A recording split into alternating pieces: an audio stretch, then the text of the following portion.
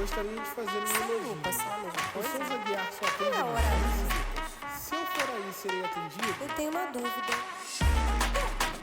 Fala Souza, o podcast do Complexo Souza Guiar. Olá, olá, sejam todos muito bem-vindos a mais um episódio do podcast Fala Souza, o podcast do Complexo Municipal Souza Guiar, criado para trazer para você, cidadão carioca, informação de qualidade. A cada episódio, temas que abordamos de especialidades e serviços na área de saúde. Eu sou Luciana Castro e junto com Isabelle Dantas estaremos aqui sempre com um convidado para lá de especial, não é isso, Isabelle? É isso aí, Luciana. Estamos aqui hoje para gravar mais um episódio do Fala Souza, que é mais que um podcast, uma prestação de serviço para a população.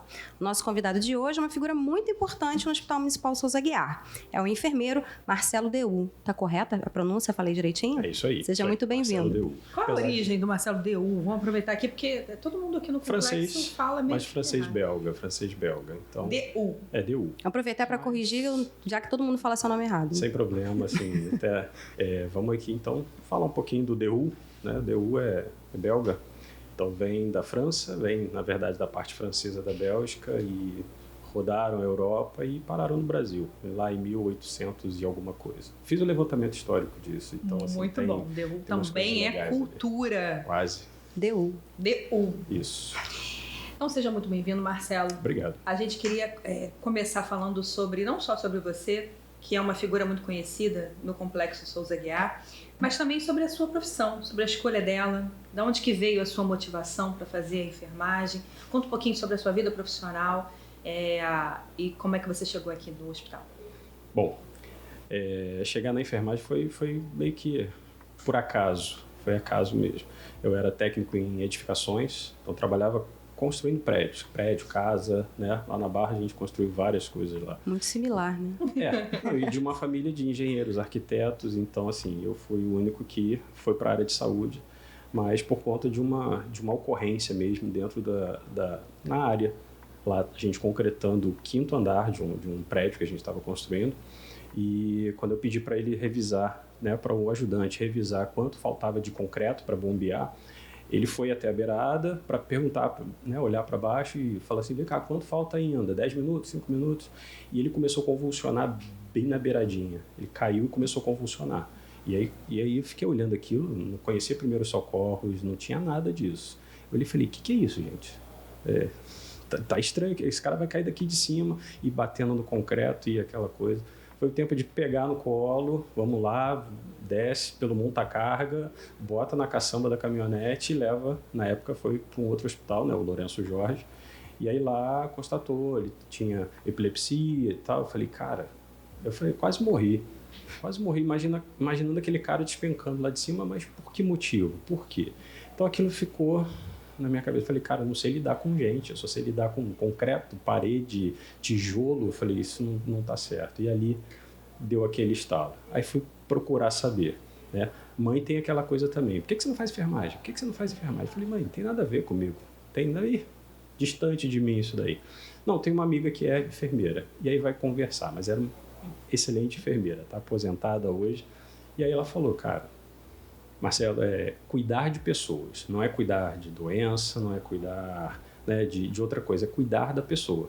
Ele vai chegar com uma doença, vai ser vista aquela doença, mas você vai cuidar dele pensando na família, pensando nas conexões que ele faz com o mundo. O cuidado tem uma conexão muito grande, né? A palavra cuidado ela é muito ampla, né? Bastante. E acho que resume muito o que é a enfermagem, né? Sim. O cuidado. Sim. É a premissa, né? Que se perguntar assim, um verbo para enfermagem, cuidar. Então, o cuidar na sua forma mais ampla. Cuidado integral, né? Exato. E o integral vai até a família, vai aos filhos, vai aos pais, vai ao trabalho, vai até, né, a gente achar algo que ajude aquela pessoa a se restabelecer. Não é só a doença, né? Às vezes fica doente de uma coisa, mas a cabeça fica doente por outro motivo e a gente tem que saber lidar com das duas formas. E aí não teve jeito. Aí eu falei, gostei disso e vamos lá. E aí fiz faculdade, fiz a Unirio. Então, sou formado pela Unirio, fiz mestrado pela Unirio também. Então, estamos aí enveredando nesse caminho aí da enfermagem, mas assim, especializações foram feitas conforme as necessidades. Eu brinco, digo assim, tracei um itinerário profissional e fui atrás dele. Então, hoje eu estou trabalhando com saúde de emergência, com emergência. Então, eu preciso de especialização em emergência. Não, vou trabalhar com terapia intensiva, eu preciso da terapia intensiva. Porque a enfermagem foi sendo fragmentada ao longo de alguns anos. E que bom, né? E aí só que antigamente a gente tinha um conhecimento maior, na verdade, era jogado uma carga de informação muito grande, mas depois isso foi fragmentado. Então, se você quer só terapia intensiva, perfeito, vai para terapia intensiva. Então, eu fui fazendo esse meu itinerário e hoje a gente...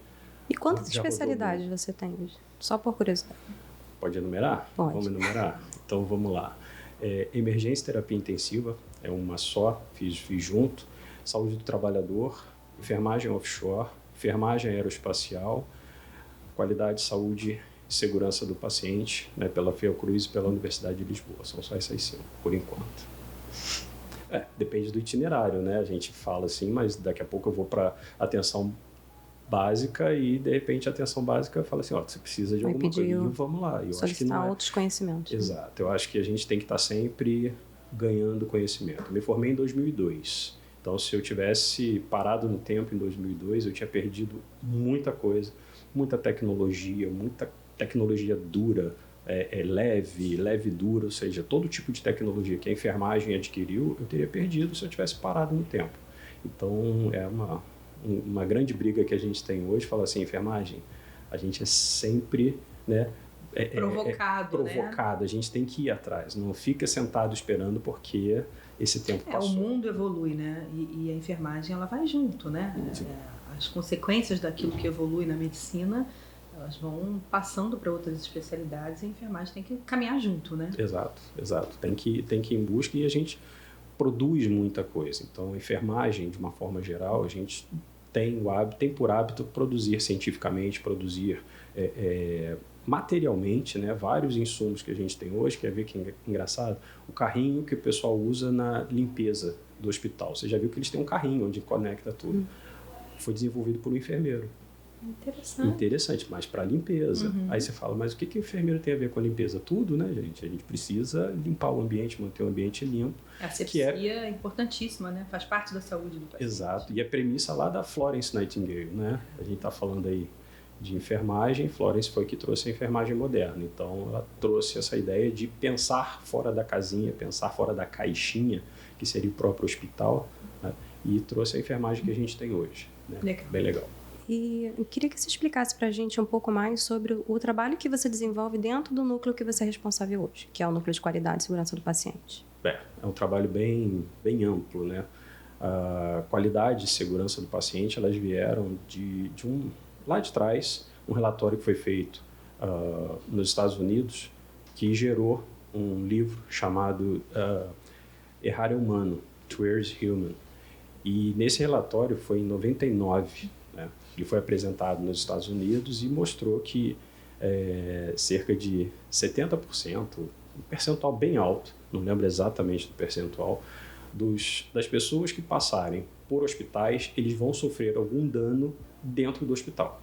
E detalhe, algum dano que é evitável. Isso chamou muita atenção porque eles calcularam esse dano. Esse dano ficou na rede americana em torno de 40 bilhões de dólares, não é exagero, de 40 a 50 bilhões de dólares com erro, gastos com erros cometidos dentro de hospital. Então, chamou a atenção da Organização Mundial de Saúde e ela então desenvolveu a chamada Aliança pela Segurança, Aliança Mundial pela Segurança do Paciente. E aí definiu 6 metas, né? Tem uma que é dividida em 2 ainda, então definiu 6 metas onde a gente precisa atuar com base nesse relatório, que são onde mais acontecem falhas.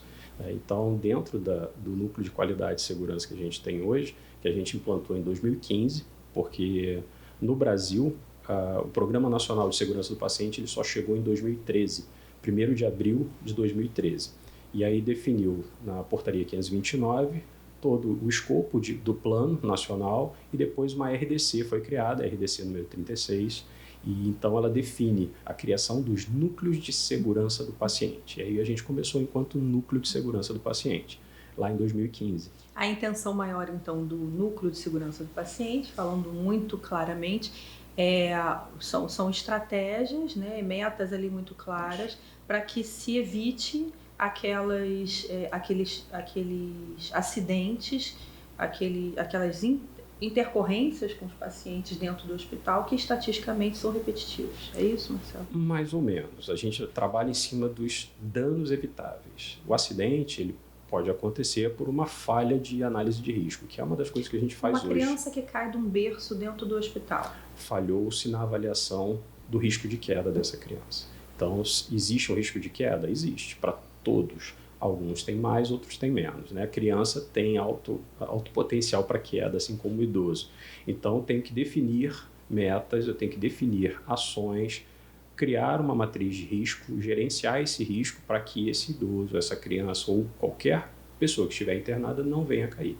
Então, esse é o trabalho, um dos trabalhos que a gente tem hoje lá no trabalho de formiguinha, né? Que não para, né? Todos os dias, você evitar, né? Tá o tempo inteiro atento a esses riscos que chegar antes dele acontecer, né? Eu entendi que é muito assim. Você entendeu assim, Isabel? Quase que bola de cristal. É bola de cristal, é ter a bola de cristal e chegar antes do acidente acontecer. Na verdade, é você olhar para o paciente e imaginar todas as possibilidades que podem ocorrer com ele. E você poder prevenir para que isso não aconteça. O que eu posso evitar para que ele não tenha nenhum dano? E de acordo com o perfil do paciente. Exato. Cada um vai ter Sim.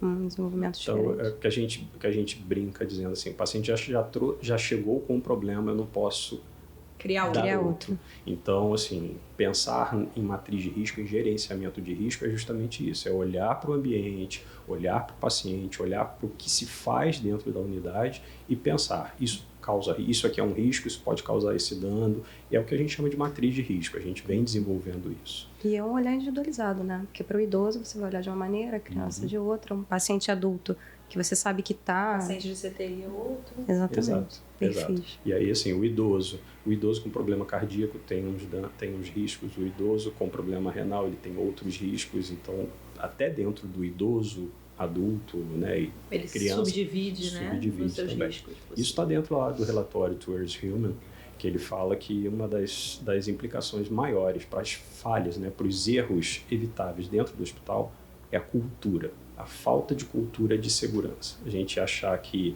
mas isso é assim. Não é assim, não pode ser assim, pode ser diferente. Então, pensar que cultura de segurança é algo que precisa ser desenvolvido no hospital. Então, assim como já tem mais de 20 anos, né? Então, desenvolver a cultura é algo que é contínuo, assim como a gente faz com a melhoria da qualidade, que é uma melhoria contínua. Então, quando a gente iniciou o projeto Lean, a gente trouxe essa ideia de melhoria da qualidade, né? Melhoria contínua da qualidade assistencial, né? Com o Lean. O Lean entrou no Complexo Souza Aguiar em 2023. Isso. É uma ferramenta inovadora, né, de melhoria na qualidade das emergências.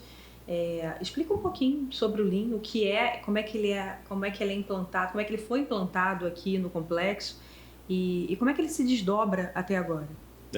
O Lean é um projeto, na verdade, é uma filosofia, né, vem lá do toyotismo, uma coisa bem antiga, no pós-guerra, onde se precisava produzir mais, vender mais, mas não se podia produzir algo de qualidade inferior, porque não entraria no mercado. Então, produzir mais rápido, ou seja, uma eficiência maior na produção, ou seja, produzir bem e ótimos produtos, é o que trouxeram lá, né, as indústrias automobilísticas lá no Japão. E aí, a metodologia que eles utilizaram, ela foi migrando. E aí chegou até o que a gente chama de Lean Healthcare, que é o cuidado, né, em saúde. O Lean, cuidado em saúde. Porque a ideia é a gente transformar todo o processo de trabalho aqui dentro num processo enxuto, evitando desperdícios. Então, essa é a fala mais acertada do Lean na saúde, é reduzir desperdícios e um processo enxuto. Quanto mais rápido, mais eficiente. Então, e fica eficiente para todo mundo, né, Marcelo? Sim. Não fica só... A gente não deve pensar só que o Lean ele tem um foco na redução, né, dos custos, né, de tempo, de custo. Quando a gente fala que está reduzindo o tempo, quando o assunto é um hospital, a gente está ajudando todo mundo. Isso Sim. É bom principalmente para o paciente. Quanto menos tempo ele passar dentro do hospital se recuperar e tiver condições de ter uma alta, é melhor para ele, né? Então, Muito o Lean melhor. é muito bom para todo mundo, né? Aumenta a capacidade de atendimento, né? Sim, e aí associando isso à segurança do paciente, quanto menos tempo ele ficar no hospital, menor o risco para a segurança daquele paciente. Então, o Lean vem como uma estratégia também, né, de melhoria da cultura de segurança dentro do hospital. Risco de infecção. Tem diversos riscos. Risco Fala um de pouquinho pra queda, gente desses riscos. o risco de uma identificação errada, né? Você recebeu um nome que não é o seu, recebeu uma informação que não é sua. Marcelo DU, né? Mas tem o da Silva. Mas não vai existir outro Marcelo DU. Ok, mas e Marcelo da Silva? Podem ter vários, né? Então, a identificação é ideal, tem que ser ideal. Comunicação entre equipes e comunicação com o paciente. Isso precisa ser com o menor ruído possível.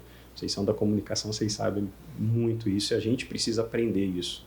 Então, a gente ainda não tem ferramentas de comunicação que sejam 100% seguras, né? O mais seguro possível que a gente tem é a comunicação, né? Olho no olho, aquela coisa, vamos até alguém.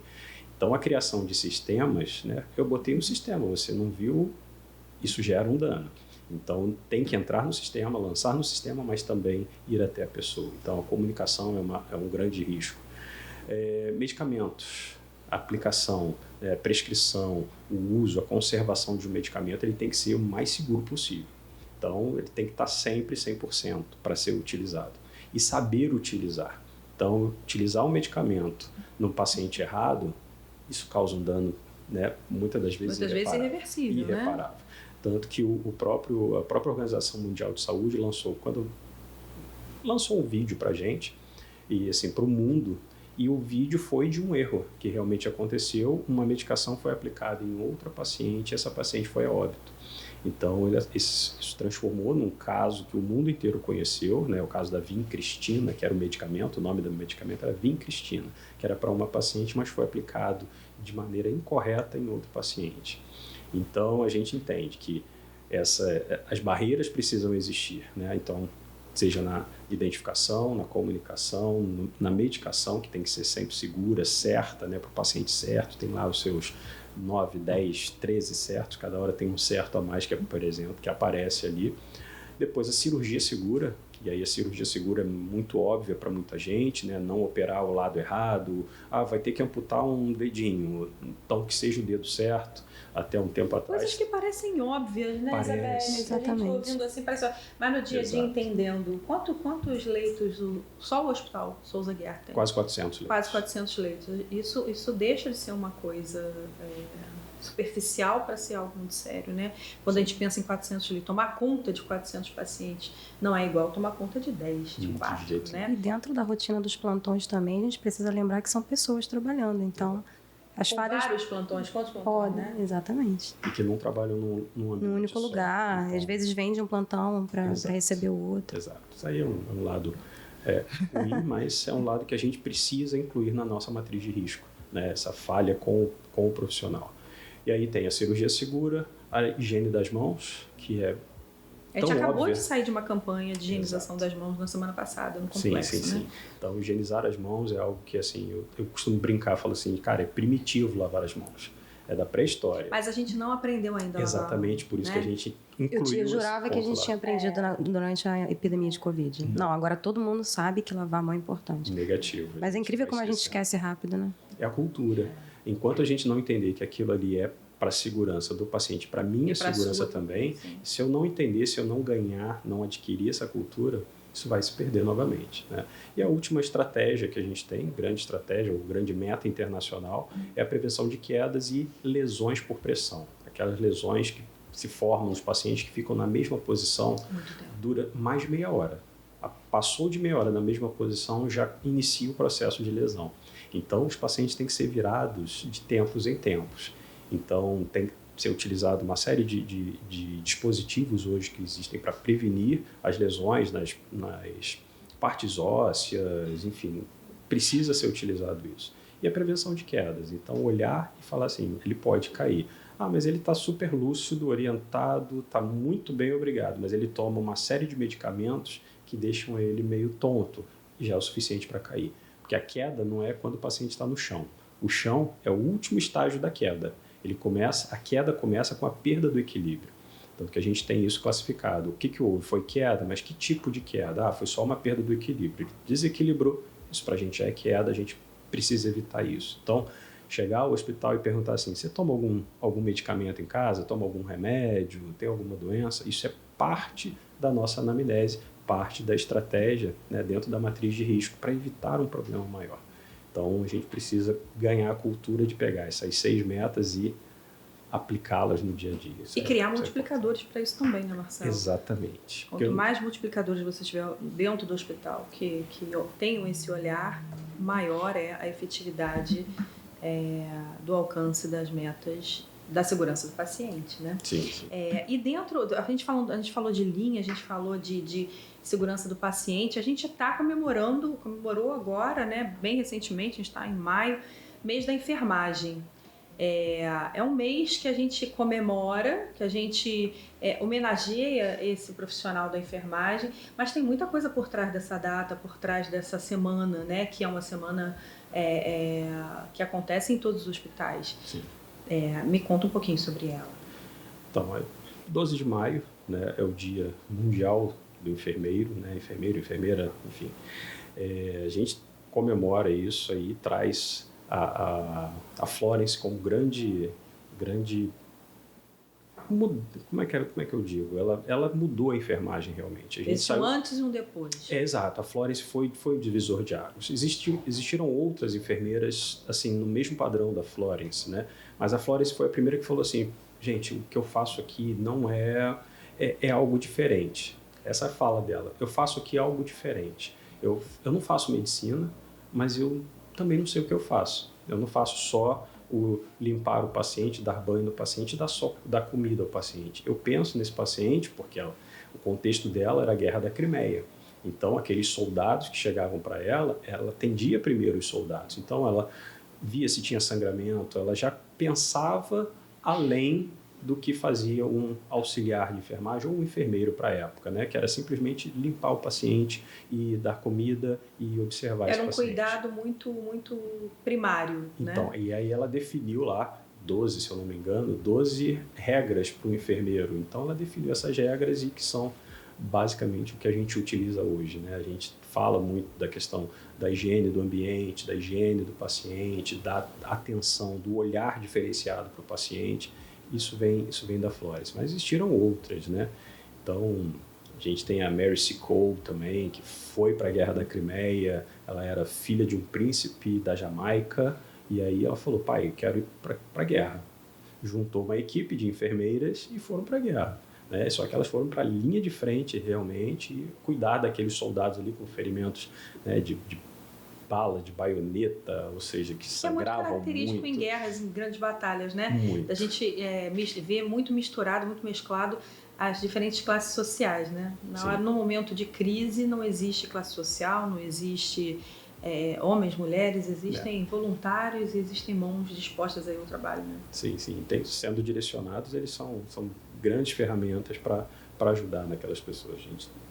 Isso é importante. As guerras sempre trazem bastante informações, bastante mudança para a vida da gente, tecnologias, uma série de coisas. E foi mais ou menos o que aconteceu. Então, a era moderna da enfermagem foi criada, né, veio a partir de Florence e a gente vem evoluindo. E aí a enfermagem entrou no campo do estudo, no campo da ciência, e aí ela começou realmente a crescer. Hoje, quem mais publica cientificamente no mundo é a enfermagem, não só no Brasil, né? A gente está falando de enfermagem mundial. Então, você fala, por exemplo, da enfermagem aeroespacial. A ASTNA, que é uma associação americana, norte-americana, só de enfermeiros aeroespaciais, são eles que definem como os pacientes vão ser transportados. Não é a agência nacional, não, é a ASTNA, uma associação de enfermeiros que decide. Olha, o enfermeiro tem que ter tanto de oxigênio, o paciente tem que ter tanto de oxigênio, tem que ter esses medicamentos, ele tem que ter esses equipamentos, e aí a forma de conduzir o paciente também é de lá. Então, dessa forma. Então, isso tudo escrito, isso não é nada... protocolar, né? É tudo protocolado, tudo. E muito bem estudado.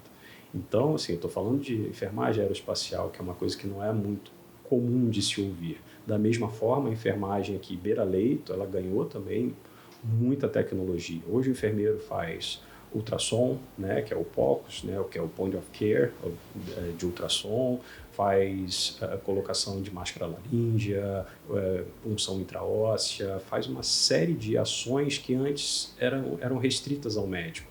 E aí observou-se que só o médico fazendo isso, ele não atende 100%. Então a gente precisa multiplicar esses braços. Então, dentro, né, das condições técnicas, dentro de treinamentos específicos, os enfermeiros são habilitados, e aí eu digo só enfermeiros, né, por enquanto, habilitados a realizar procedimentos que antigamente eram exclusivamente médicos. Então a gente está progredindo pelo bem do paciente. Então a enfermagem, hoje, ela é uma enfermagem que tem uma série de aspectos legais que permitem ela ter uma autonomia muito legal, muito boa. E a gente precisa entender, enquanto enfermeiro tem que entender essa autonomia, não é o fazer do meu jeito, é fazer dentro de padrões protocolados, né, protocolares, todos bonitinhos, para a gente poder caminhar de uma forma autônoma, né? Lembrar que não existe auxiliar de médico. Então a gente caminha junto, são saberes juntos, são saberes que estão ali paralelos, né? Cada um no seu espaço e cumprindo as suas funções de habilidades, né? Isso é importante. Marcelo, os profissionais de enfermagem, eles já vivem uma tensão imensa, né? São horas e horas em pé trabalhando, plantões extras, 2, 3 hospitais como empregos. Já é uma pressão muito grande e de extrema complexidade, né?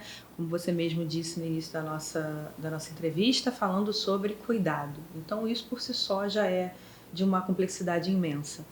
Eu imagino que na época da Covid tenha sido isso 1000 vezes mais, né? Uma tensão muito maior.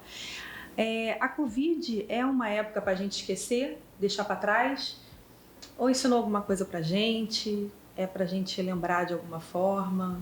Eu acho que a gente não deve esquecer, né? Na minha opinião. A gente não pode esquecer do Covid, assim como a gente não esqueceu nenhuma guerra que a gente vivenciou no mundo, guerras, né, em alguns países. A gente sempre aprende muito com isso e a gente precisa entender que o Covid veio para ensinar a gente muita coisa, né? Principalmente a lidar com o ser humano, lidar com o desconhecido. O que era Covid?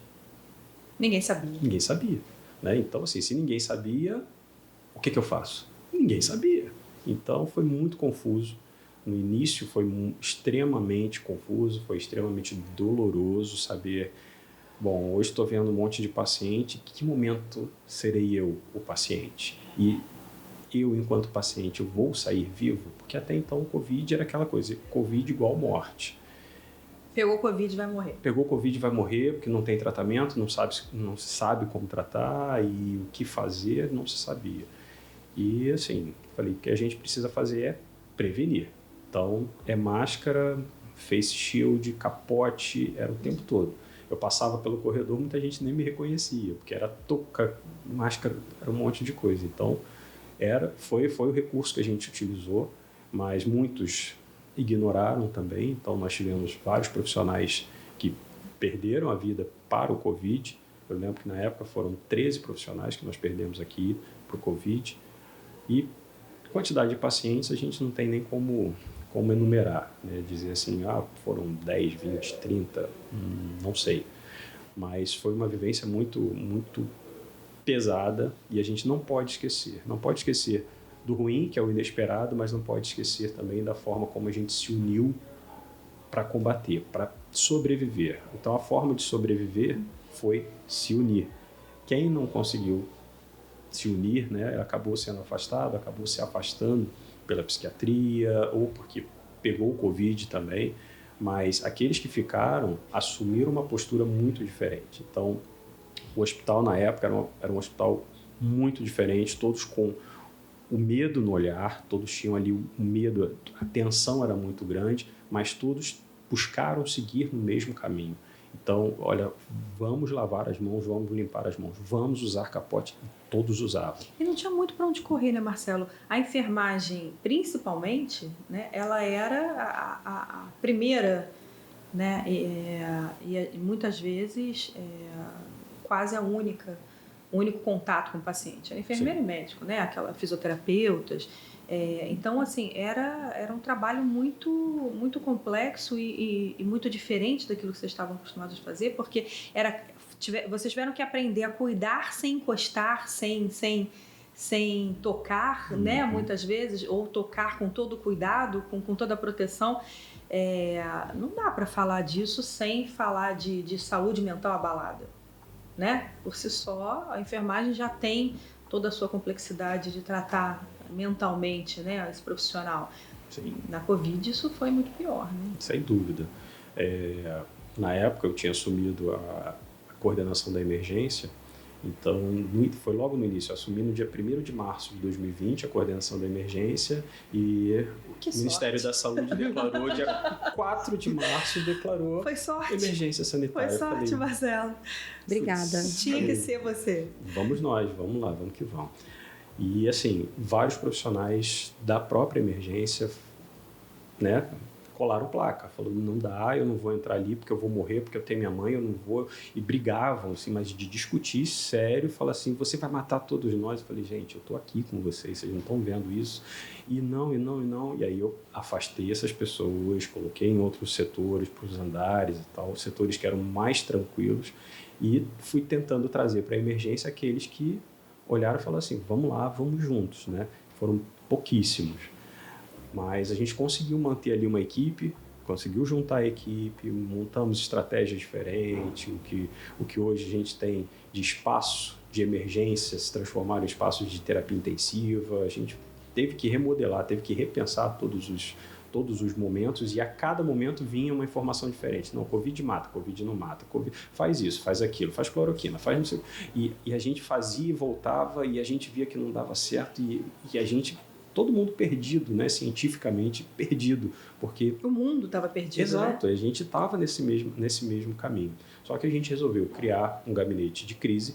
Então, nesse gabinete de crise, a gente definia, lá fora falaram que, vou dar o exemplo da cloroquina. A cloroquina, então vamos usar a cloroquina? Vamos. Qual é o padrão? A gente definia, vamos lá. Quanto tempo para a gente avaliar? Vamos lá, 2 semanas. 2 semanas, algum efeito? Melhorou? Não, tira a cloroquina, não serve. E a gente foi fazendo, porque ninguém tinha tempo de pesquisar, ninguém tinha tempo de fazer, e a gente estava na linha de frente, a gente estava literalmente na ponta. Então, se eu estou vendo avanço, vou naquele caminho. Se eu não estou vendo avanço, eu tenho que buscar outra forma, porque senão eu estou gastando, né, um insumo, gastando um medicamento que não está surtindo efeito nenhum. Então, a gente mudou muito, até que alguém foi chegando, não, olha, esse medicamento aqui vai, opa, a gente viu alguma melhora, segue com ele. Então, o gabinete de crise era toda semana a gente se reunia, às vezes a gente se reunia mais de uma vez na semana. E era gabinete de guerra, não era um gabinete daqueles de bate-papo, era todo mundo ali bem objetivo. Quanto tinha de luva, quanto tinha de capote e máscara vai faltar. Mesmo porque se reunir também era um risco, né? Exato. Então, quanto menos se reunisse, melhor. Exato. Uma parte positiva, se é que se pode dizer que teve uma parte positiva nisso tudo, eu acho que foi o olhar da população, o carinho da população com todas as equipes de saúde, né? Foi um momento muito grande de reconhecimento. Sim. Né? Não tinha como não ter também, né, Isabelle? Olha, poderia não ter, ainda bem que... Tem uns que tem um coração meio duro, né? Mas eu acho que em grande parte o mundo se curvou muito. Sim. Isso, né? Enalteceu muito esses profissionais, porque as pessoas que podiam estavam protegidas em casa ou tentando se proteger em casa. Mas os profissionais de saúde não tinham essa escolha, né? Eram os heróis que eram os grandes heróis ali, não só eles, mas grande parte deles. E nessa ideia, né, do herói, aí todo mundo pensava, vai lá, você é o herói, você tem que estar dentro do hospital. Só que tem 2 filhos, né? A cabeça do herói também. Tem mãe, tem idoso em casa, o herói lá criança, da televisão, ele não tem ninguém, mas os heróis que foram para briga aqui, né, por exemplo, ficar 3 meses, 4 meses, 5 meses sem ver os filhos, é algo que é muito difícil. Não tem como muito não difícil. mexer com a saúde mental, não tem, né? Não tem. E ao mesmo tempo você entrar em casa e ter a casa vazia, não tem ninguém na sua casa, não tem. Esse foi o meu caso, né? Eu fiquei afastado dos meus filhos quase 5 meses, então foi assim, um período muito longo, videochamada, assim, em alguns momentos eu consegui vê-los, mas assim, oi, tudo bem? E vamos embora, afasta, porque eu não sei o que eu estou trazendo para vocês. E minha casa vazia. Então era eu, né, e a casa, e no dia seguinte o hospital. Por diversas vezes eu fiquei no hospital direto, até por conta da demanda, né, passar 4, 5 dias no hospital para poder atender a demanda, até porque eu tinha assumido a emergência também, né, tirando profissionais que estavam realmente com a cabeça, né, o psicológico extremamente afetado. Então eu precisava tirar, então diminuir a quantidade de profissionais ali, e a gente tinha que suprir de alguma forma. Foi um período bem, por isso que eu digo que a gente não pode esquecer. Não é um período para esquecer. Não é um período para esquecer. A gente precisa aprender com as dificuldades. Hoje é muito mais tranquilo. Né? Mas o psicológico precisa ser pensado em todos os momentos, né, da vida da gente. É importante. Bom, estamos chegando ao final de mais um episódio e acho que esse seria um bom momento para você deixar um recado para quem está vendo a gente e também para as pessoas que pretendem seguir o mesmo caminho que você, os futuros enfermeiros. Legal. Enfermagem é um momento bem... É um momento para mim, né? Aquela coisa assim, um momento que já dura 20 anos. E eu acho que a gente tem que aproveitar sempre de todos esses momentos. Enfermagem não é uma profissão menor, muito pelo contrário. A enfermagem tem o seu caminho, tem a sua ciência ali dentro, tem a sua arte, né? E tem o seu ideal. Como dizia uma professora minha, ela falava, ser enfermeiro é saber utilizar da ciência, da arte e do ideal no cuidar do paciente. Eu acho que a gente precisa fazer mais isso, incentivar as pessoas. A gente está acostumado a dizer que divide, né, conhecimento. Vou dividir meu conhecimento, estou dividindo meu espaço aqui. A gente não pode mais dividir enquanto enfermeiro, a gente tem que multiplicar. A matemática fala, dividir é transformar em pedaços menores. Eu não posso transformar mais em pedaços menores, eu tenho que multiplicar, eu tenho que fazer pedaços maiores, partes maiores. E a enfermagem tem que trazer isso de volta, tem que resgatar isso. O enfermeiro tem que olhar e falar assim, eu vou porque eu sou enfermeiro, eu vou porque eu preciso cuidar de pessoas, eu preciso estar ali na linha de frente. A gente está vivendo um momento, né, ruim no Brasil, né, em termos de enchentes, de chuvas, e a gente precisa entender, eu quero estar lá, como eu vou estar lá, como eu estarei lá. Não é simplesmente fazer enfermagem, é saber que você tem que ter a ciência do seu lado, você tem que se aprimorar cada vez mais e seguir cuidando de uma forma bem objetiva, de uma forma bem assertiva, com a certeza mesmo de que você está fazendo bem ali, que você está fazendo. Porque enfermagem é muito isso, enfermagem é abraçar. Aí você vai ver muitas das vezes conhecendo familiares, conhecendo, né, filhos e de quem estava internado, e enfermagem é isso. A gente precisa mostrar realmente que a gente está ali para cuidar, não se esconder atrás de, não quero, não, isso é chato. Não, somos enfermeiros, o trabalho é chato, e todo mundo tem sempre uma parte chata, mas a gente precisa trazer esses enfermeiros de volta. Tem muitos enfermeiros que estão aí só pensando em trabalhar, pensando só no dinheiro, mas se pensar só no dinheiro, eu sei que o dinheiro é o que move a gente, mas eu tenho que ter um lado psicológico, senão a gente não vai viver. A gente vai ter enfermeiros cada vez mais absorvidos por hospitais e as famílias sendo, né, resgatar o cuidado, né, na sua amplitude, isso, né, na sua mais completa amplitude. Muito bom, Marcelo. Isabela, a gente tem nota? Sempre, a gente sempre tem nota. Porque nota de hoje, esse momento é um momento que é sempre importante a gente lembrar qual é o perfil do hospital. O Hospital Municipal Souza Aguiar é uma unidade de urgência e emergência e, por isso, só atende casos mais graves. Então, se você está sentindo alguma coisa, mas os seus sintomas não são compatíveis com o perfil do hospital, não tem problema. A orientação é que você procure essa unidade de saúde de referência, que é a sua clínica da família ou centro municipal de saúde. Mas se você não sabe qual é a sua unidade de saúde de referência, não tem problema. A Secretaria Municipal de Saúde do Rio elaborou uma ferramenta chamada Onde Ser Atendido. E lá, colocando o seu endereço, você consegue descobrir qual é a sua unidade. E aqui na descrição do vídeo vai estar o link direitinho para que você possa acessar. Muito bem, boa nota, Isabela. Muito obrigada. Então, a gente vai chegando ao final desse episódio. Marcelo, muito obrigada, foi um prazer ter você aqui, conversar um pouquinho mais sobre você, conhecer um pouco mais você, conhecer um pouquinho mais sobre a enfermagem, esse ofício, né, do cuidar. Acho que todo mundo conheceu um pouco mais sobre isso, sobre a complexidade dessa desse serviço, né, que é um serviço tão importante nas unidades de saúde. E você que não segue ainda as nossas redes, segue lá. No Instagram a gente vai estar disponibilizando, inclusive, pedacinhos do episódio anterior, depois pedacinhos de todos os episódios que a gente for gravando. E nas plataformas, nas melhores plataformas digitais, você também acessa todos os episódios do podcast Fala Souza. Um grande abraço e até a próxima. Até a próxima, pessoal. Tchau, tchau. Valeu. Gostaria de fazer um elogio. Passar a mesma O coisa? Souza Aguiar só atende Na hora das visitas. Se eu for aí, serei atendido? Eu tenho uma dúvida. Fala Souza, o podcast do Complexo Souza Aguiar.